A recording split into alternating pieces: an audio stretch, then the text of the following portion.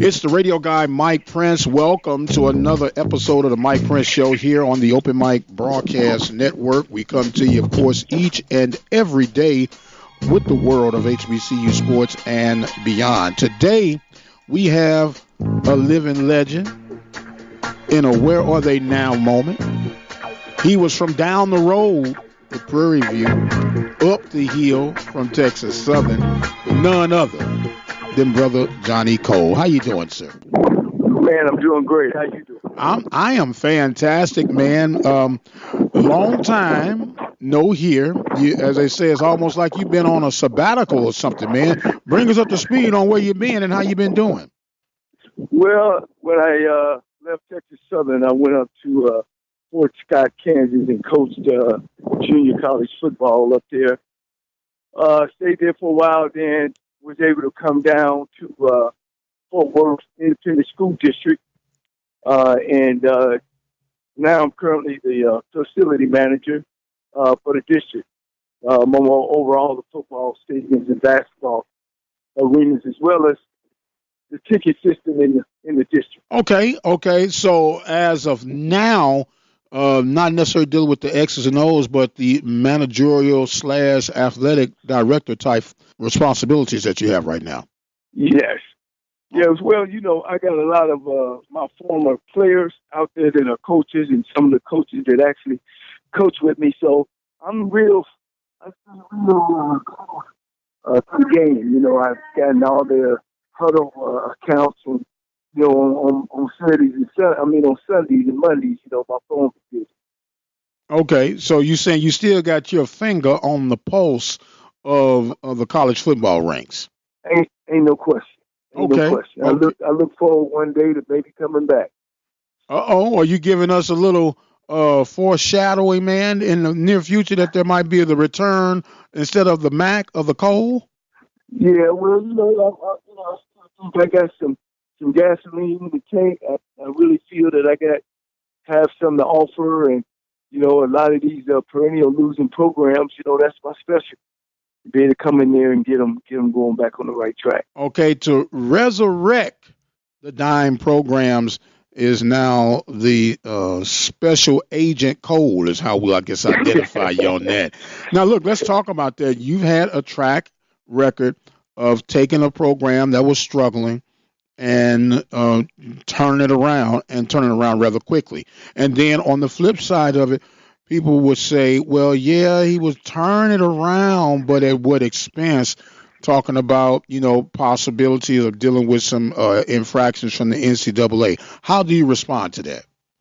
Well, they got to understand when you come to those programs, it ain't just the coaches bad or the players bad. It's the administration is bad. It's the setup bad. It's the whole program as a journal. And then, of course, when I come in there and start getting the things done, sometimes there's mistakes are made. But, you can go to every program in the country, and if you go back and look at the violations, they're the same violations don't been through every black school. Since I've gone, I think Prairie View been on probation. I think Southern couldn't go. I know Grambling was, Arkansas, Pine Bluff, Alcorn after they 2 championship years. But the difference is there's no coach that ever get let go. You know what I'm saying? And it's always me because I don't just take the program and just be there. I take it all the way to the top. And nobody talks about how my players are. They don't get in trouble on campus. I take them to church. I make sure they clean shave, pants on their hips, earrings out of their ears. I feel professional young men. And nobody asks the players, well, what do you think about Coach Cole? It's always some outside person because, when I come in there, I have a program. And either you with my program or you're not with the program. And sometimes, you get bigger than the athletic director. You get bigger than the president. So any little fine thing they can find or find on you, they take it to another level. I'll be the first one to admit, have I made mistakes? Yes, I have. But I'll be the first one to admit, have I made mistakes for them to take my career away? No, I haven't. And I mean, you look at my counterparts, those white coaches, the violations they make, they make it $100,000 mistakes, and they get to go on and move to the next school, move to the next school, move to the next school, move to the next school. Coaching, you gonna make mistakes. You gotta understand you're dealing with 100 different personalities, on your team and administration. You got one compliance officer. You got one athletic director. All of them really don't know all the rules and regulations. I'm an academician myself. I got a master's in education, undergrad engineering. I believe in education. I have never, ever knowingly put an ineligible player on the football field. Ever. You can ask any one of my coaches or any one of my players. So, if you're gonna look at me, look at that. You know what I mean? Don't just take the negatives, because it's negative about everybody. But you just don't continue to take programs and turn them around, and you're a bad guy. And I'm not saying just turn the football, the athletic part around. I'm talking about turn the academic part around. I'm talking about turn the character part around of these young men. If you really want to look at it. So if I'm hearing you correctly, do you feel that maybe that whether it was intentional, unintentional, that there has been a blackball on the name Johnny Cole? Ain't no question. Ain't no question I feel that way. And unfortunately, that we as a black race take an opportunity like that to take a brother like me and kill my career. There's no other black coach in black college football that's been on the front page of ESPNU, the magazine. That's a universal magazine. Every place I've been, I've coached the player of the year. When I was an offensive coordinator, I've always been ranked in the top 10 in the nation, not black college football, in the nation. I've been to Southwestern College. We broke every conference record there. Derek Singleton, player of the year. Went on to Southern University. Coached a guy there. Went to the University of Cincinnati. Coached Robert Tate, player of USA, Conference USA. Went on to Tennessee State. Coach Leon Murray, player of the year, OVC. Tyrone Butterfield, player of the year, OVC. Went on to Alabama State. Darnell Kennedy, player of the year. Broke all kind of NCAA records. Came on to Lane College. Jacoby Jones, player of the year. 3rd round draft choice. All right, then going to Texas Southern, Ron Folger, Black College Defensive Player of the Year. So, what's happening, I can't control that. All I can control is me. I'm in a good place in my life now, and I still look to come back and coach one day. All it takes is one person to say yes. Absolutely, absolutely. We're talking right now with Coach Johnny Cole, former Texas Southern, just a historian, successful. I don't even want to say black college football coach. Can I just say college coach? Can I say? Yes. I chose, and that's one thing. I coached with Coach Harbaugh with the Baltimore Ravens at the University of Cincinnati. I could have stayed at Division I ball, but see, I like to be the big fish in the little pond. I don't want to be the little fish in the big pond. You don't see many black coordinators. Of course, you don't see that many black head coaches. You know what I mean? So I'm a guy that I'm a leader. I'm an innovator. So that just didn't jive with me. So I chose to come and coach in the black college arena. Okay, fair enough. Now, let me go back just for a moment. You made a couple of references that I want to touch on. One of the references were that you have a program already intact and in place and step back and let you do your thing, correct? Right. Okay. Right. Now, on behalf of the institutions, could they say the same thing? Well, look, Mr. Cole, we love what you do, but we have a program too, and you got to do it our way. Is there room for negotiation to have a happy medium? Ain't no question. Ain't no question. My program is just a football program. The school always comes first. You can't talk to no AD or no president and say, Johnny, we want you to do this, and I didn't do it. That's not the issue. And then here's the other issue. Just like you just said, bring me in the office, Cool, well, maybe we want to do it this way or do it that way. If I'm given those opportunities, I've never been given those opportunities. It's like I'm just walking down and thinking everything is great, and I get hit over the head. Meetings in the back room that I don't know nothing about. So, that's kind of a I just don't think it's right. And but that's a part of it. That's a part of life. You know what I'm saying? And when I say my program, it don't mean that I'm coming in and I'm running over anybody and I'm stepping on folks. Of course not.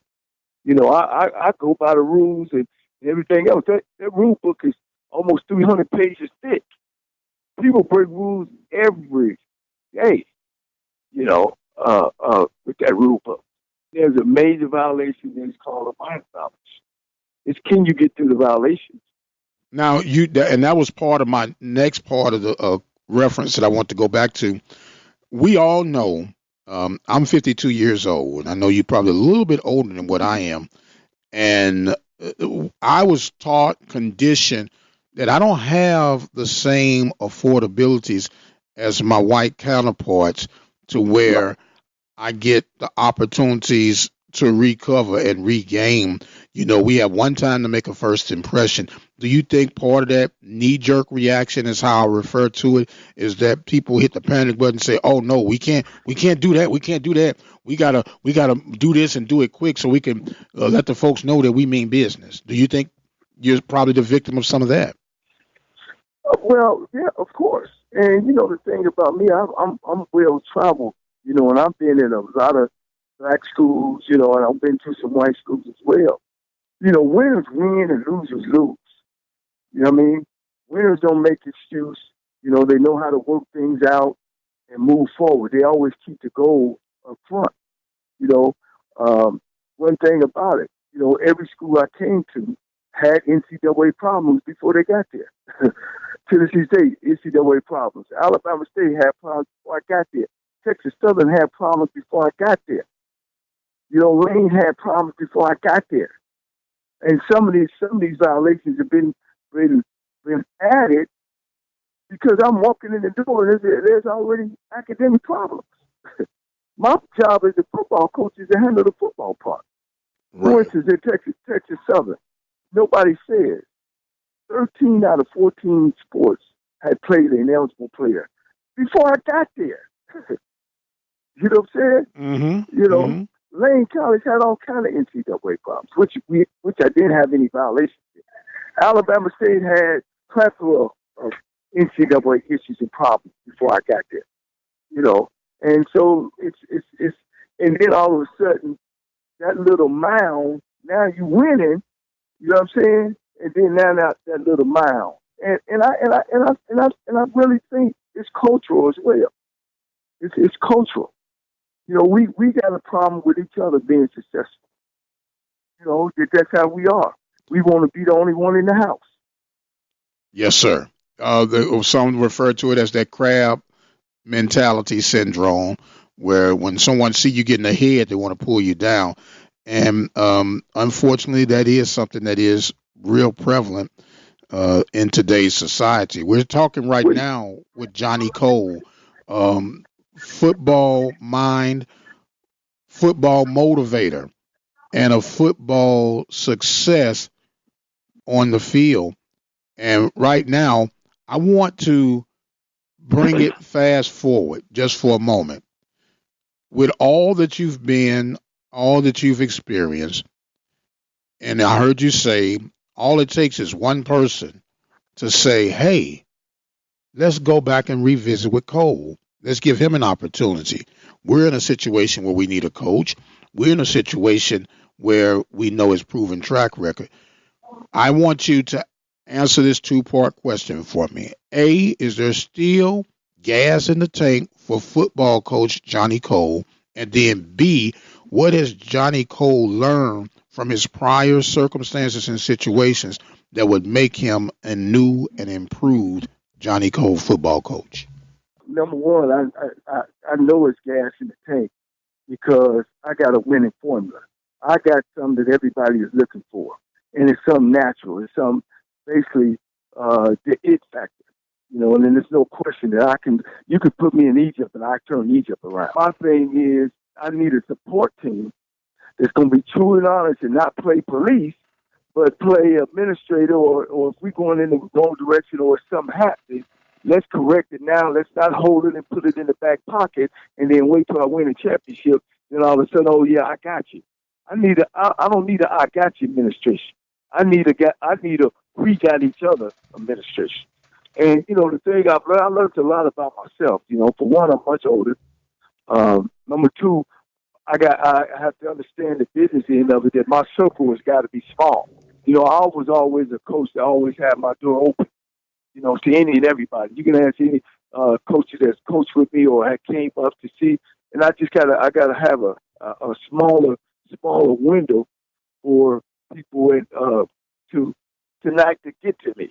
I'm the youngest of 9 children. And I always was raised where I was the center of attention. I always thought everybody had the best interest for you. But that's not the case. That's not the case at all. And, and my thing is to be, for the first time, too, I want to just mention this. I've never been in a situation where an athletic director has came and said, you my guy. It's always either I'm coming on top of athletic director or the athletic director is coming behind, as well as the president. The only place that I went to was Lane College. President Wesley McClure, rest his soul. He brought me, and he turned the program over to me. And if he ever had a problem with me, he bring me to the office and we talk about it like men or like boss to employee, and we go get it done. And I was the only coach in that probably in the last 50 years of that school that had 2 back-to-back winning seasons. And I didn't have to worry about who grabbing my players in the back or somebody keeping something. So I've learned a lot about myself. Of course, I keep up with the game. I still got a lot of energy, a lot of fight. I got a little fire still left in my belly. And I'm just looking for that opportunity to be able to have an athletic director and a president to say, you are guy, go to work. If we got a problem with you, you won't be the last one to find out. And I guarantee you, y'all gonna have a winning, successful program. Because it's about putting butts in the seats. It's about money. It's about making sure these kids that we coach and we teach go the right direction. When you take a good coach out of a program, you hurt a lot of kids. You hurt a lot of kids' opportunity to play at the next level or to move on and graduate. So, it's bigger than Johnny Cole. And I just didn't think that, at the last place I was at, they didn't see that. They didn't see how big it was. It was bigger than me. Once again, referring back to that fall guy reference and moving forward, where do you see any improvement, if at all, in the Southwestern Athletic Conference, in particular, since that was the last conference that you were coaching in? What do you see now that has improved from when you were coaching, if any? I have to be honest. I'm about SWAC players. I've seen that Alcorn has, of course, hired McNair, and I've seen Grambling has hired a Grambling Night, and Pine Bluff has handled one of their alumni. And I think that's one of the things that I think that's important. It's important to our conference is that we help and continue to build strong black coaches. But I just think the talent level is down. Because I think these guys not only were, they're good coaches, but I felt that there are some older coaches that have came up through the conference that didn't get them opportunities. When you think about longevity and continuity, when you're dealing with a program, that's what I believe in. While the Eddie Robinsons were successful and the W.C. Gordons, and I know people going to be, oh, but that was back then. Man, things ain't changed. You might think they changed, but systems and systematic way of doing things don't necessarily have to change when you're dealing with 100 football players. And I just believe it. I'm not caught up into this new way all the time. I still think the military is the best team in the country, the best team in the world, and they still everybody gets the same cut, everybody wears the same uniform, everybody think it's one. I think when you come into a football program, you got to understand that there's no one player, one coach, one trainer is bigger than the team. The team is always first. Now, you're not going to get an argument from me with those last comments at all. But someone listening to this will say, see, that right there is we got to get away from that way of thinking. This is a new era. It's a new thing, as people like to say. And I heard you say people think it's a new thing, but nothing has really changed. How do you counter that in this quote unquote new millennium way of doing things? Well, hey, you can look at who won the national championship in football in college. Nick Saban, Dimple, the guy over at Clemson, and they're all older guys. They all up in their late 40s. I think Saban is in his 60s. And they do the same thing, and they run the program the same way, and they let everybody know everybody ain't bigger in the program. Nick Saban has had violations in his program. Whether he has something to do with it or not, he has violations in his program. But everybody is on the same page. When you're dealing with, to my thing is discipline is number one. Discipline is number one. And I think a lot of these young kids, and I know because I still deal with young kids now, is that what they like? They like discipline. Discipline is letting them know that you care about them. So I'm not caught up in that new deal. I think when you run in a football program, everybody got to be on one accord. Everybody's got to know the rules. You don't sit there and make a lot of rules. The rules are made to be broken. You have some simple rules that they got to go by. Now, let me ask you this, Coach. You still have the fire in your belly. I heard you reference to that. And you still got some football left in you. Hypothetically speaking, someone says, hey, Coach, we would love to have you on our staff. Maybe not as a head coach, but maybe as a offense coordinator, maybe as a running back, quarterback coach, even tight end coach. Would that be something that you would consider? Well, I mean, it depends on who it is. Number one, because I just don't want to get into a staff and we're not moving in the same direction or we're not running a good program. So number one, it depends on who it is, and of course, I'm in that twilight age too that I'm looking at retirement. So it's gonna have to be it's all got a mix. I'm not a young coach anymore. Where I could take a running back job and go over there and make $40,000, $50,000 and be okay. So, it's something that's got to be stable. I can't go with a guy that only got 1 year left. I got you. I got you. I might go with a guy that's just coming in.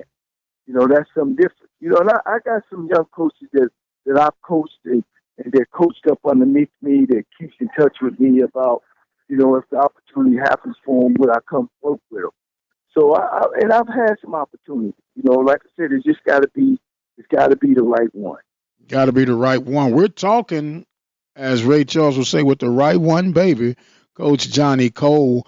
One of these "Where Are They Now" segment, and Coach, you had time to reflect and get over.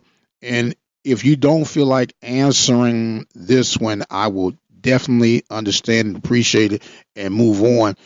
But do you, when I hear you speak in reference to the history, is it still somewhat difficult for you to get past how you may have felt you were handled? No, not at all. Believe me, I'm not upset at anybody. Because when I took on the profession, there's two types of coaches: one to get hired and one to get fired. So I've been on both sides of that table. And I'm not mad at the administration. They felt that was the best thing to do, yeah. But I do get a little deterred is when I'm trying to move on with my life. You got folks still out there, and it's just a few that really don't know what goes on and just blab out stuff. But you can't control that, man. I mean, the good Lord has been good to me. You know, my health is good. My children are good. I've been able to take care of them. You know, and that's all what you can ask in this life. You know, and that's important to me. And let me say this. I know some folks are always arrogant. You know, that's the people who don't know me. And I'll say this to anybody: when just not getting up in the morning is not enough for you, and you got a little bread to eat and a little water to drink, when that ain't enough, something wrong with you. And see, that's always been enough with me. I know that all the success I have just wasn't that I'm just some great coach. The success I had was I was able to coach some great players. I was able to work with some great people. You know, and when, you know, you look at my tree and guys that worked up underneath me, they all have went on to be head coaches and coordinators. You know, so I know it all in me. So do I think the way I was handled could have been handled a lot better? Yes. Yes, I do. Yes, I do. You know, and I just felt just the way we didn't they, you know, as far as handling it, I think they handled it through the media, and you know, I didn't think that was fair. But hey, like I said, I'm good. I haven't missed a meal, and you know, I look forward to the next opportunity if one comes. Absolutely. The old saying says that you cannot keep a good man down, and you definitely can't keep a great man down. We've been talking right now with Johnny Cole, former head coach throughout HBCU football programs, and has had success at each route that he had his signature on. And coach, I want to let you know that you are welcome here at any given time, and we definitely appreciate you giving us time on today. We have a custom here at the open mic that we allow our guests to have some final thoughts and comments as we shut this section down, and the floor is now yours, sir. Well, first of all, I want to thank you for just giving me the opportunity to hear my voice because, you know, a lot of times, you know, when some of those situations have, I just try to move on and don't try to come back and don't try to point fingers and just don't try to name folks. So I appreciate you giving me the opportunity to tell my part of it. I would love to come back and talk and answer questions. And if anybody have any questions about where I am or why I'm there or this is what they heard, I would appreciate if you ever gave me the opportunity to answer those questions. You know, and you know, I look forward to again talking on your radio show. I think anything that helps us out, especially in the SWAC and MEAC conference, on a positive note, I think it's a positive thing. You know, I give everything to black college football. You know, it gave me an opportunity to play. You know, I wasn't recruited by, you know, the bigger schools. I was recruited by the black schools, which, like I said, gave me an opportunity not only to play football, but to get a degree and be able to go on and take care of my family. I appreciate it. Thank you again.